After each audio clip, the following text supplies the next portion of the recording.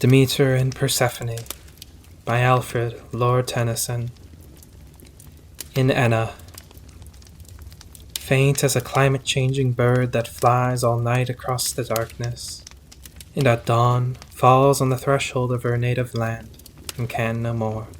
Thou camest, O my child, led upward by the god of ghosts and dreams, who laid thee at Eleusis, dazed and dumb with passing through at once from state to state, until I brought thee hither, that the day when here thy hands let fall the gathered flower might break through clouded memories once again on thy lost self.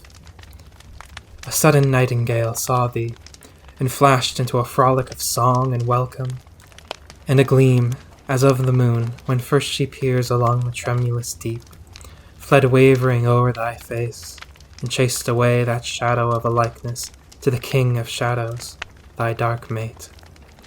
Persephone, queen of the dead no more, my child, thine eyes again were human godlike, and the sun burst from a swimming fleece of winter grey, and robbed thee in his day from head to feet.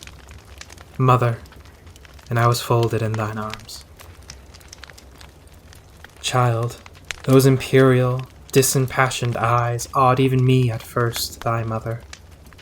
Eyes that oft had seen the serpent-wanded power drawn downward into Hades with his drift of flickering spectres, lighted from below by the red race of fiery Phleathon, when before have gods or men beheld the life that had descended re-arise, and lighted from above him by the sun. So mighty was the mother's childless cry, a cry that rang through Hades, earth, and heaven. So in this pleasant vale we stand again, the field of Enna, now once more ablaze with flowers that brighten as thy footstep falls. All flowers, but for one black blur of earth that left by that closing chasm, through which the car of dark Aidoneus rising wrapped thee hence. And here, my child, though folded in thine arms, I feel the deathless heart of motherhood within me shudder, lest the naked glebe should yawn once more into the gulf, and thence the shrilly whinings of the team of hell, ascending, pierce the glad and songful air, and all at once their arched necks, midnight manned, jut upward through the midday blossom. No, for see, thy foot has touched it. All the space of blank earth baldness clothes itself afresh, and breaks into the crocus purple hour that saw thee vanish. Child, when thou wert gone, I envied human wives, and nested birds, yea, the cubbed lioness, went in search of thee, through many a palace, many a cot, and gave thy breast to ailing infants in the night, and set the mother waking in amaze to find her sick one whole, and forth again among the wail of midnight winds, and cried, Where is my loved one? Wherefore do ye wail? And out from all the night an answer shrilled, We know not, and we know not why we wail.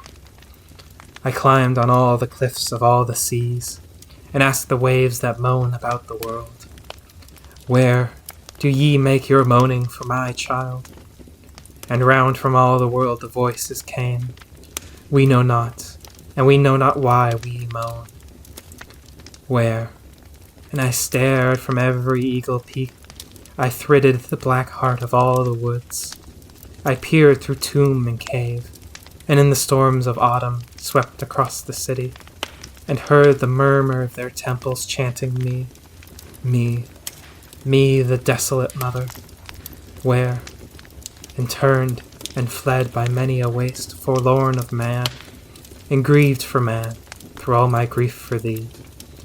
The jungle rooted in his shattered hearth, the serpent coiled about his broken shaft, the scorpion crawling over naked skulls. I saw the tiger in the ruined fane spring from his fallen god, but trace of thee I saw not. And far on, and, following out a league of labyrinth darkness, came on 3 grey heads beneath a gleaming rift. Where? And I heard one voice from all the three, we know not, for we spin the lives of men and not of gods, and know not why we spin. There is a fate beyond us, nothing new. Last as the likeness of a dying man without his knowledge, from him flits to warn a far-off friendship that he comes no more. So he, the god of dreams, who heard my cry, drew from thyself the likeness of thyself without thy knowledge.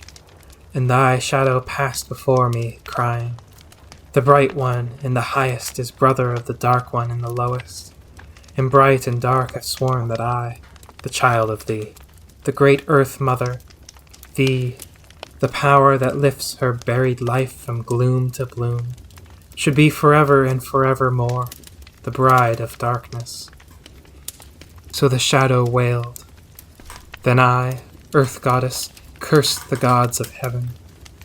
I would not mingle with their feasts. To me, their nectar smacked of hemlock on the lips, their rich ambrosia tasted aconite. That man, that only lives and loves an hour, seemed nobler than their hard eternities.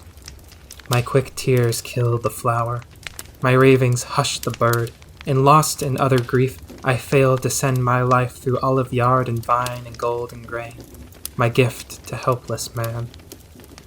Rain rotten died in the wheat, the barley spears were hollow husked, the leaf fell, and the sun, pale in my grief, drew down before his time sickening, and Etna kept her winter snow.